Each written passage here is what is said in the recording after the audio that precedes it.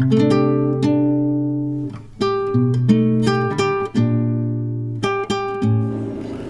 this is Mike. Going to go for a little drive in the mountains today. We're just inside the Great Smoky Mountains National Park. This is a popular area just inside the park called the Y. It's a popular swimming hole, but the weather's turned a little cold today and there's not too many people swimming in there. There are a few guys fishing down there.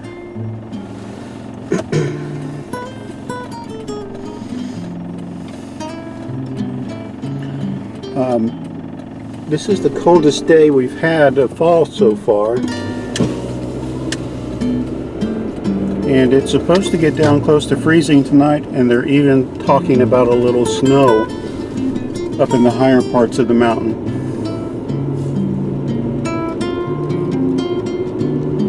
So some of the fall colors are starting to come in now.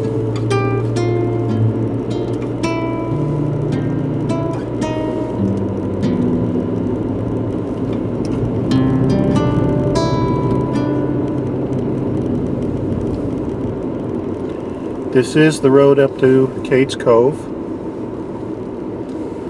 But we're going to turn left here and head up towards Tremont.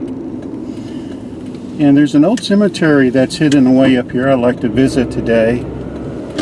Sometimes reluctant to do a cemetery video close to Halloween because people obviously tie the two together. But this is just something I remember from my youth, and I know a lot of folks don't know it's up here, so I wanted to show people where it's at. I remember it from my youth because my uncle worked up here at Tremont when it was operated by Maryville College, and there was kind of an outdoor youth institute up here, and he did maintenance there and actually lived on site. So when I would visit my aunt and uncle, I'd actually get to come spend the night in this national park. And this graveyard was just up the hill from where they lived.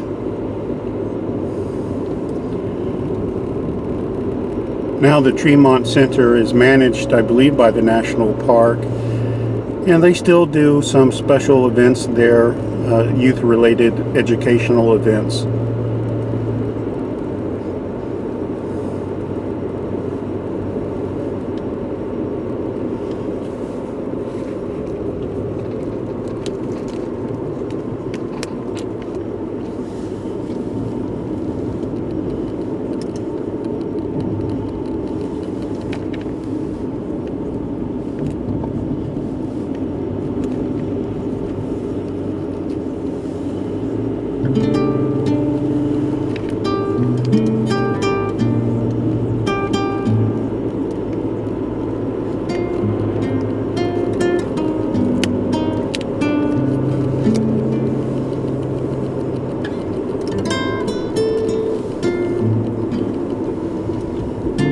Little river that's running by here is the middle prong of the little river. There's an east prong, a west prong, and a middle prong. All the prongs kind of come together there at the Y.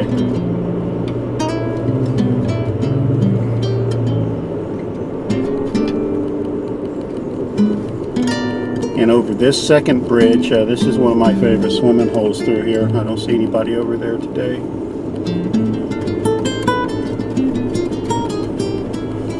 A little too cold to go swimming today.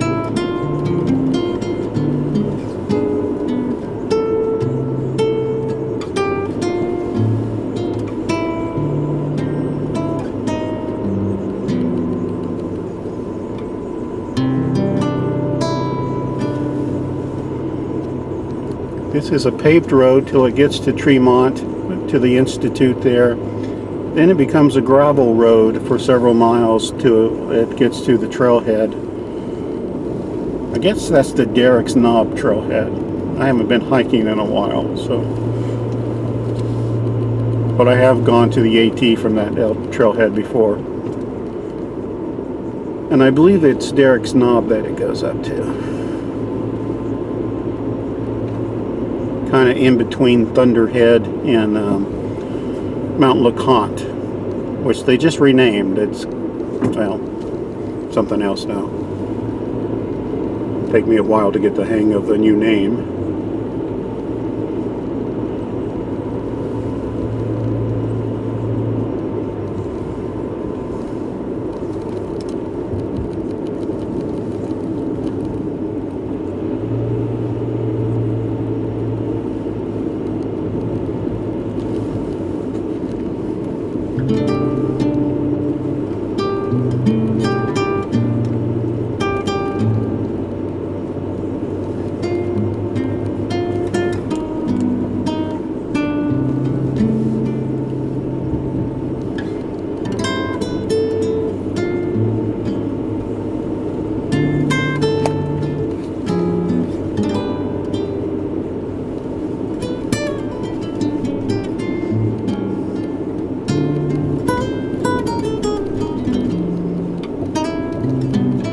Here we come to the Great Smoky Mountain Institute at Tremont.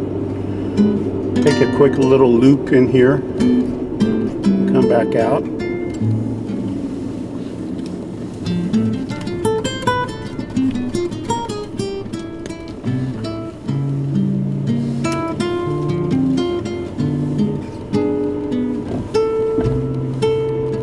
It's hard to go anywhere in the Smoky Mountains. There's not a trailhead. There is a trail here. It goes up to a little waterfall. Then you can, if you keep going, you can end up down at the sinks by the little river road. That's the trail right there, the beginning of it.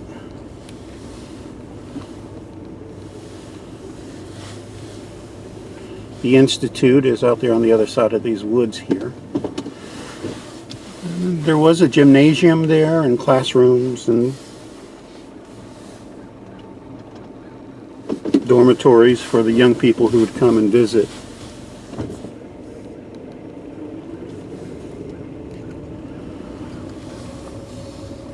This is more of the kind of the physical plant, and there is a little gift store here.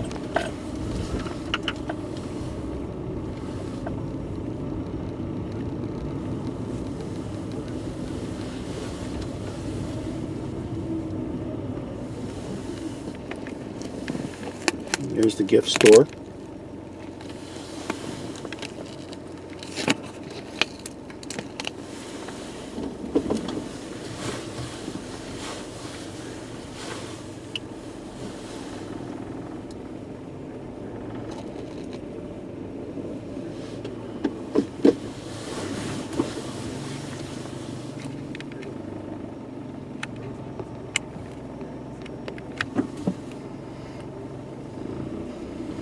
Looks like there's a few people coming out off the trail here.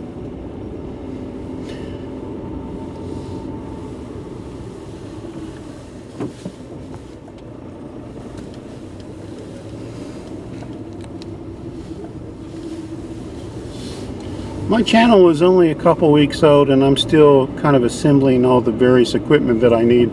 I don't have a particularly good camera dash yet, so if anybody knows a decent dash camera setup, feel free to leave a comment. Right now, I've actually purchased two inexpensive ones and neither one really were very good. So this is sort of just an impromptu setup here. Now, I go up this road here, there were actually trailers here, live-in trailers for the people who worked at the Institute. This is Mike again. I'm here at Tremont in the Great Smoky Mountains National Park.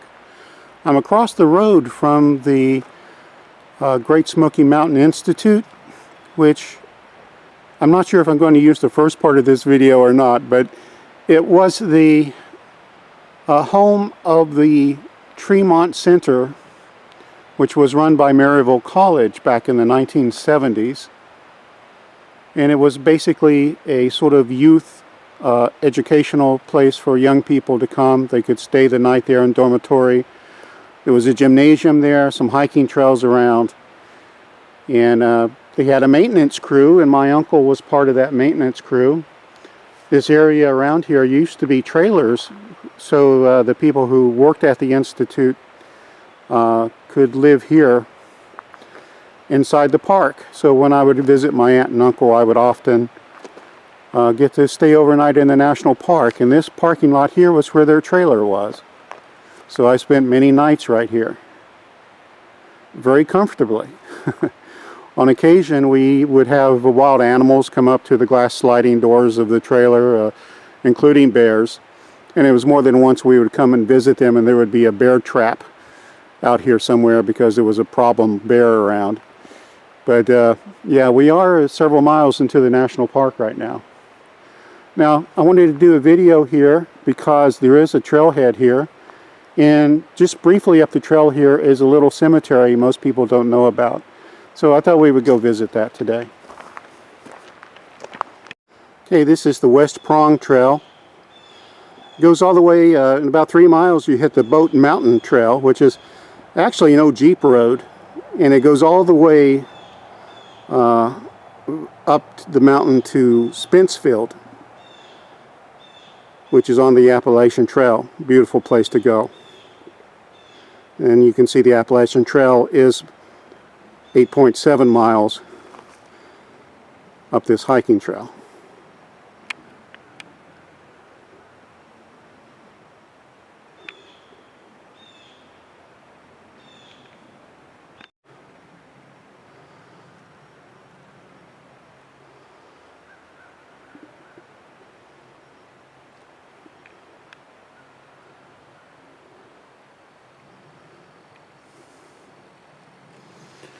Now there is a switchback up here,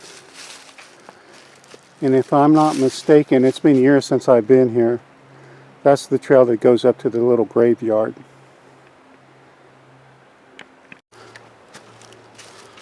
I'm a new blogger and I haven't purchased a gimbal yet. I'll try to keep this as steady as I can. Now, this area before the national park was owned by the Little River Lumber Company out of Townsend, named after the owner of the company, W.B. Townsend. And the roads you drive on today when you come to a place like Tremont were actually narrow gauge railroad beds. They used Shay's railroad engines to haul the lumber out.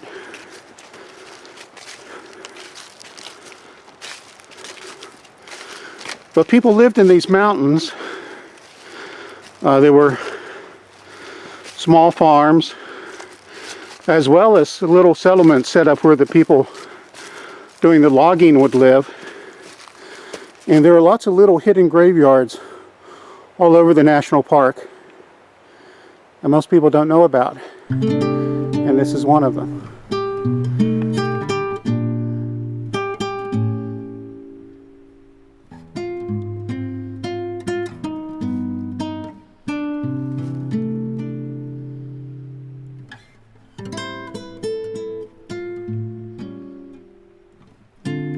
Here, right across from the cemetery.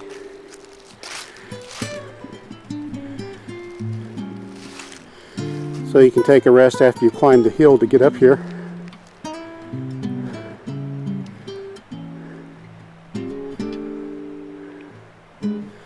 I'll try to do a little research. I really don't know the name of this place. It's just always been here. So I don't know if there was a church here. But I'm sure it has a name. I'll take a look for it, and I'll put it in the video. Here's the gate.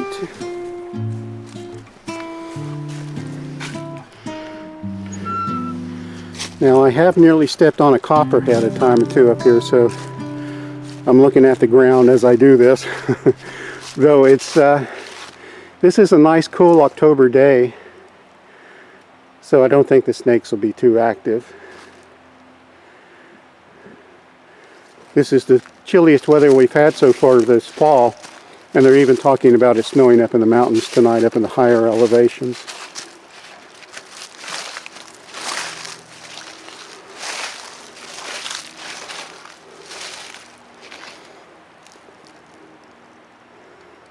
And you can see if people had family ties to this area. And there were burials going on here long after the establishment of the national park.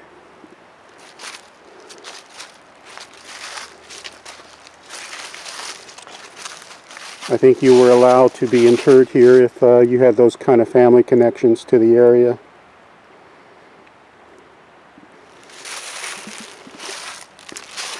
Obviously, you might have had loved ones who were buried here. You wanted to be buried alongside other family people.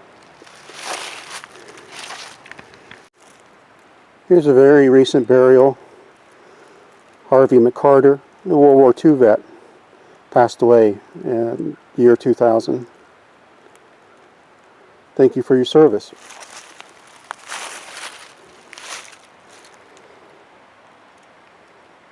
(1928), that would have been just before the establishment of the park. Another McCarter. Some of the graves here are probably lost to time. And I remember there being a lot of infant burials here, which you typically see in these older graveyards.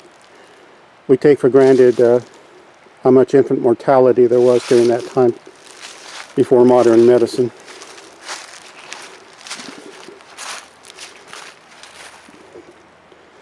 And how many people simply died young who didn't even make it to their 40s.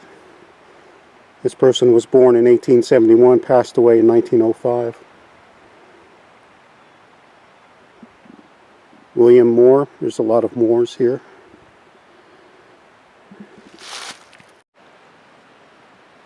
I think it's rather poignant how nondescript some of these markers are, and yet people still decorate them.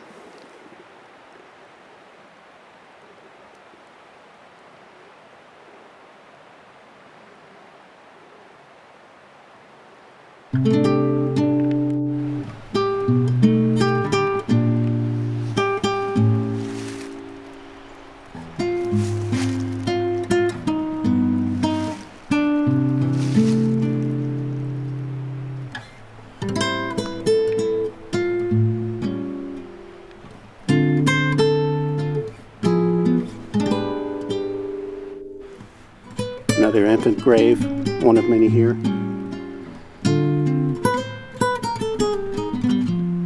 She made it just past her first birthday.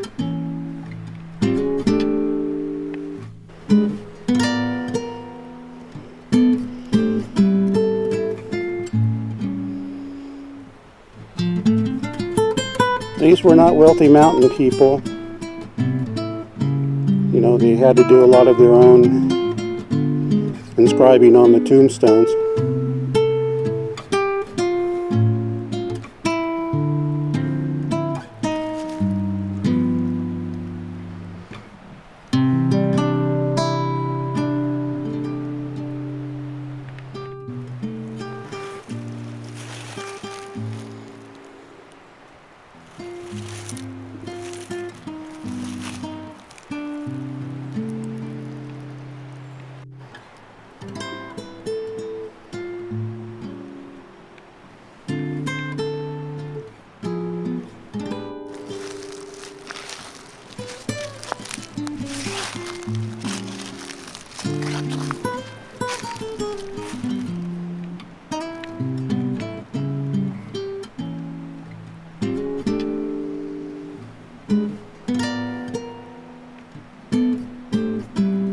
Now that looks like an old cinder block, but really be curious about who's buried there. Now, I have slept down the hill from this cemetery for many a nights, and I've never heard any strange noises or anything like that from here. As far as I know, that this is not a haunted cemetery. It's probably haunted by a lot of memories of loved ones from up here in the mountains. But if I were a ghost, I think I would be the ghost from that grave right there.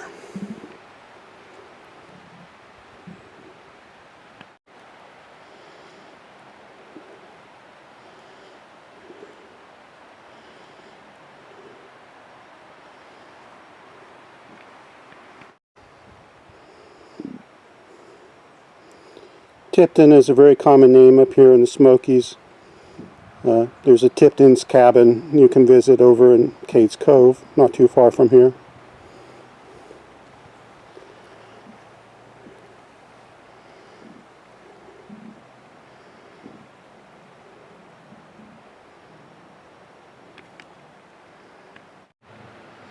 Well, thanks folks for letting me visit. You can rest now. I'll be back another time.